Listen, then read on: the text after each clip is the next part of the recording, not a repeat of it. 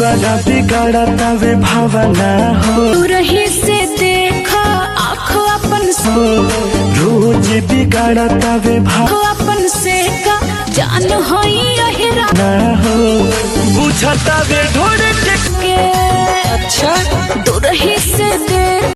तो हेलो दोस्तों, स्वागत है आपके अपने YouTube channel smart dance club पे। दोस्तों मैं लाया हूँ आपके लिए फिर से एक बार पारू यादव की धमाकेदार वीडियो। पारू यादव ने इस वीडियो में काफ़ी अच्छे डांस और काफ़ी अच्छी एक्टिंग की है। इस एक्टिंग के इस टाइम सोशल मीडिया पे काफ़ी लोग दीवाना हो चुके हैं। तो सबसे पहले इनकी कुछ और वायरल वीडियो देख लेते हैं, तो वीडियो फ्रंट तक जरूर बने रहे।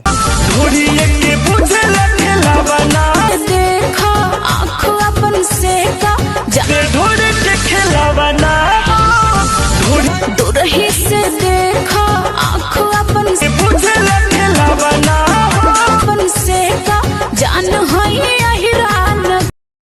तो दोस्तों उम्मीद है कि आज की यह वीडियो आपको जरूर पसंद आए होंगे। पारू यादव ने इस वीडियो में सन्नी कैचलोरी के गाने पे शानदार एक्टिंग की है। एक्टिंग इस टाइम पे सोशल मीडिया पे काफी तेजी से वायरल हो रहा है। दोस्तों पारू यादव की ड्रेस और इसकी क्यूट सी स्माइल पर काफी लोग फिदा हो चुके हैं। अगर आप भी पारू यादव के फैन हो तो इस चैनल को सब्सक्राइब करके बेल आइकन को प्रेस जरूर कर लें।